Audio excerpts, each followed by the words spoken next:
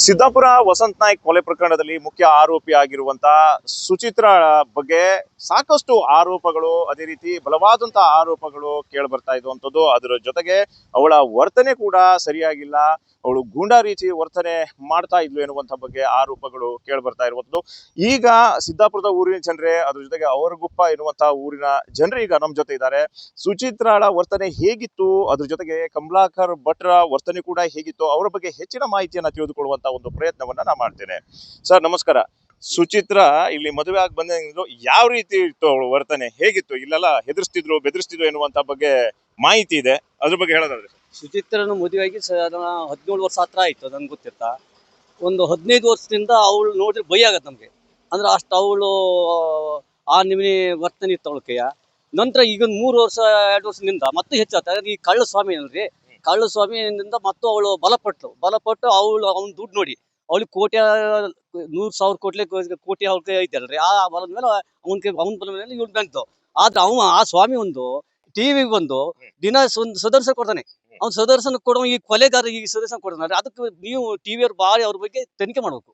ಅವ್ನು ಮುಟ್ಕೊಳಕ್ಬೇಕು, ಅವ್ನ ದುಡ್ಡು ಎಷ್ಟೈತಿ, ಅವನ ಆಸ್ತಿ ಎಷ್ಟೈತಿ, ಅವ್ನು ಯಾರ್ಯಾರಿಗೆ ಸಿದ್ದಾಪುರಿಗೆ ಹೆಲ್ಪ್ ಮಾಡ್ತಾನೆ, ಅದನ್ನೆಲ್ಲ ನೀವು ಹಿಡಿದು ಅವನಿಗೆ ಈ ಸತ್ತ ವಸಂತಗೆ ನ್ಯಾಯ ಕೊಟ್ಟರೆ ಮಾತ್ರ ನಮ್ಮ ಊರವರಿಗೆ ಒಂದು ನ್ಯಾಯ ಸಿಕ್ಕಿಂಗತ್ತೆ, ವಸಂತಕ್ಕೂ ಸಿಕ್ಕಿಂಗಾಗತ್ತೆ.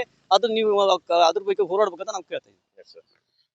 ತಿಲಕ್ ಅವ್ರೆ, ನೀವು ಹೇಳೋ ಪ್ರಕಾರ, ಅವಳಿಗೆ ನೀವು ನೋಡಿದ ಪ್ರಕಾರ ಸುಚಿತ್ರಾ ಇಲ್ಲಿ ಹೆಂಗಿದ್ಲು, ಅದ್ರ ಜೊತೆಗೆ ಕಮಲಾಕರ್ ಭಟ್ಟ ಅಂದ್ರೆ ಇಲ್ಲಿ ಬೆಂಗಳೂರಿಗೆ ಹೋಗೋಕ್ಕಿಂತ ಮುಂಚೆ ಸಿದ್ದಾಪುರದಲ್ಲಿ ಆತನ ಕೆಲಸ ಏನಾಗಿತ್ತು, ಅವ್ರ ಜೊತೆಗೆ ವರ್ತನೆ ಹೇಗಿತ್ತು ಅನ್ನೋದು.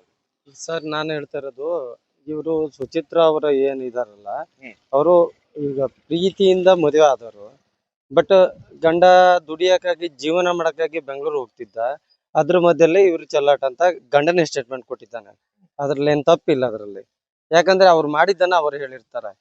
ಇಲ್ಲಿ ಏನಾಗತ್ತೆ ಅಂತ ನನ್ನ ವೈಯಕ್ತಿಕ ಉದ್ದೇಶ ಏನಂದ್ರೆ, ನಮ್ಮೂರಲ್ಲಿ ನೆಡು ರಸ್ತೆಯಲ್ಲಿ ಈ ರೀತಿ ಘಟನೆ ಆಗಿದ್ದನ್ನ ತುಂಬಾ ಬೇಜಾರು ಪಡ್ತೀನಿ ನಾನು. ಯಾಕಂದ್ರೆ ನಾವು ಊರು ಎಲ್ಲರೂ ಒಂದು ಅಂತ ಬಾಳಾರ ನಾವು. ಇಂಥ ಊರಲ್ಲಿ ಇಂಥ ಪರಿಸ್ಥಿತಿ ಬರ್ತೈತೆ ಅಂತ ನಾನು ನಿರೀಕ್ಷೆಗೂ ಮೀರಿರ್ಲಿಲ್ಲ ಇತ್ತು. ಇವರು ಅವರು ದುಡ್ಡಿಗಾಗೆ ಜೀವನ ಮಾಡ್ತಾರೋ, ಏನಾರು ಮಾಡ್ಕೊಳ್ಳಿ, ಅವ್ರ ವೈಯಕ್ತಿಕ ವಿಚಾರ ಆಗಿದ್ರು ಕೂಡ. ಬಟ್ ಒಬ್ಬನ ಜೀವನಕ್ಕೆ, ಒಬ್ಬನ ಸಂಸಾರಕ್ಕೆ ಈ ರೀತಿ ತೊಂದರೆ ಕೊಡ್ತಾರಂತ ನಾವ್ ಯಾರು ನಿರೀಕ್ಷೆ ಮಾಡಿರ್ಲಿಲ್ಲ. ಈಗ ಇವನ್ ಇವ್ರದೇ ಪಂಚಾಯತಿಗೆ ನಾನು ಬಂದಿದ್ದೆ, ಕಮಿಟಿ ಅಧ್ಯಕ್ಷರು ಬೇರೆ ಇದ್ರು ಊರಲ್ಲಿ. ನಾನೇ ಬರವಣಿಗೆ ಮಾಡ್ದೇವನು ನಾನೇ. ಅವಾಗ ಹೊಂದಾಣಿಕೆ ಮಾಡಿ ಇವ್ರ ಮನೆಯಲ್ಲೂ ಕೂಡ ಅದನ್ನೇ ಮಾಡಿದ್ರು. ಪಾಪ ಎಲ್ಲರೂ ಹೊಂದಾಣಿಕೆ ಮಾಡ್ಕೊಂಡಿದ್ರು. ಬಟ್ ಬರವಣಿಗೆ ಮೂಲಕ ಅವರಿಗೂ ಆಸ್ತಿನೂ ಬರ್ದಾಗಿತ್ತು. ಅದನ್ನ ಕಂಟಿನ್ಯೂ ಮಾಡ್ಕೋಬೋದಿತ್ತು ಅವರು. ಅದನ್ನ ಬಿಟ್ಕೊಂಡು ಈ ರೀತಿ ಯೋಚನೆಗಳಿಗೆ ಹೇಳ್ತಿದ್ದು ನಂಗೆ ಮನ್ಸಿಗೆ ತುಂಬಾ ನೋವಾಗಿದೆ ಸರ್. ಸರ್, ಸುಚಿತ್ರಾ ವರ್ತನೆ ಕೆಟ್ಟದಾಗಿತ್ತು, ಅದ್ರ ಜೊತೆಗೆ ಸಾಕಷ್ಟು ಆರೋಪಗಳು, ಒಂದೆರಡಲ್ಲ, ಸಾಕಷ್ಟು ಪುರುಷರಿಗೆ ಅವಳು ವಂಚನೆ ಮಾಡಿದ್ದಾಳೆ. ಅದ್ರ ಜೊತೆಗೆ ಸಾಮಾಜಿಕ ಜಾಲತಾಣಗಳ ಮೂಲಕ ಹಣ ಪೀಕಿಸುವಂತ ಕೆಲಸ ಕೂಡ ಮಾಡಿದ್ದಾಳೆ ಎನ್ನುವಂತ ಒಂದು ಆರೋಪ ಕಳೆದ ಒಂದು ವಾರದಿಂದ ಕೇಳಿ ಬರ್ತಾ ಇರುವಂತದ್ದು. ಅದ್ರ ಬಗ್ಗೆ ನಾವು ಕೂಡ ವರದಿ ಮಾಡಿದ್ದೇವೆ. ಆದ್ರೆ ನೀವು ಕಂಡ ಹಾಗೆ ಅವಳು ವರ್ತನೆ ಹೇಗಿತ್ತು, ಅವಳು ಇಲ್ಲಿ ಯಾವ ರೀತಿ ಬೆದರ್ಸೋದೆಲ್ಲ ಕೆಲಸ ಮಾಡ್ತಾ ಇದ್ಲು ಅಂತ. ಸರ್, ಸುಚಿತ್ರಾ ಇದ್ದಾಳಲ್ಲ, ಅವಳು ಮೂಲತಃ ಸುಮಾರು 9ನೇ ಕ್ಲಾಸ್ ನಲ್ಲಿ ಇರಬೇಕಾದ್ರೆ ಇವನು ಲವ್ ಮಾಡಿದ್ದು. ಇವನು ಕೂಡ ನಮ್ಮ ಸ್ನೇಹಿತ. ಆವಾಗಿಂದ ಅವಳ ಕ್ಯಾರೆಕ್ಟರ್ ಇದೇ ತರ ಇತ್ತು. ಅವಳು ಆ ಹಿಂದೂ ಹಲವಾರು ಜನ ಹುಡುಗರನ್ನ ಲವ್ ಮಾಡಿ ಆಮೇಲೆ ಇವನು ಸಿಕ್ಕೊಂಡು ಮದುವೆ ಆದ್ಮೇಲೂ ಕೂಡ ಇವಳು ಹೆಂಗೆ ಅಂದ್ರೆ ಸಿದ್ದಾಪುರದಲ್ಲಿ ಯಾರು ಕೂಡ ಅವಳನ್ನ ಮಾತಾಡ್ಸೋಂಗಿಲ್ಲ.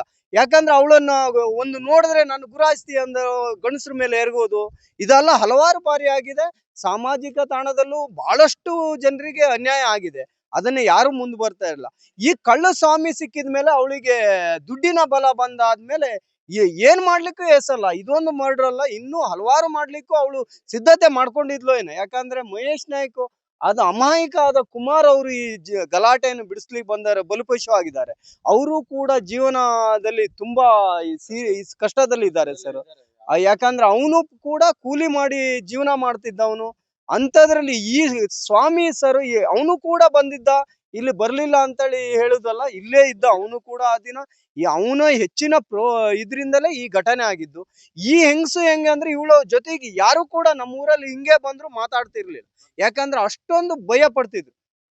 ಯಾಕಂದ್ರೆ ಈ ಕಾನೂನು ಹೆಂಗಿದೆ ಅಂದ್ರೆ ಸರ್, ಆ ಹೆಂಗಸು ಸುಮ್ಮನೆ ಯಾರ ಮೇಲೆ ಎರಗಿದ್ರು ಅವಳ ಪರವಾಗಿ ಮಾಡ್ತಿದ್ರು. ಇಲ್ಲೇ ವ್ಯವಸ್ಥೆ, ಕಾನೂನು ವ್ಯವಸ್ಥೆ, ಪೊಲೀಸ್ ಸ್ಟೇಷನ್ ಅಲ್ಲೂ ಕೂಡ ಹಲವಾರು ಸಲ ನಾವು ನೋಡಿದೀವಿ. ಮುನ್ನ ಸರ್ ಅವನ ಆಸ್ತಿನ ಮುಟ್ಟುಗೋಲು ಹಾಕ್ಲೇಬೇಕು ಸರ್.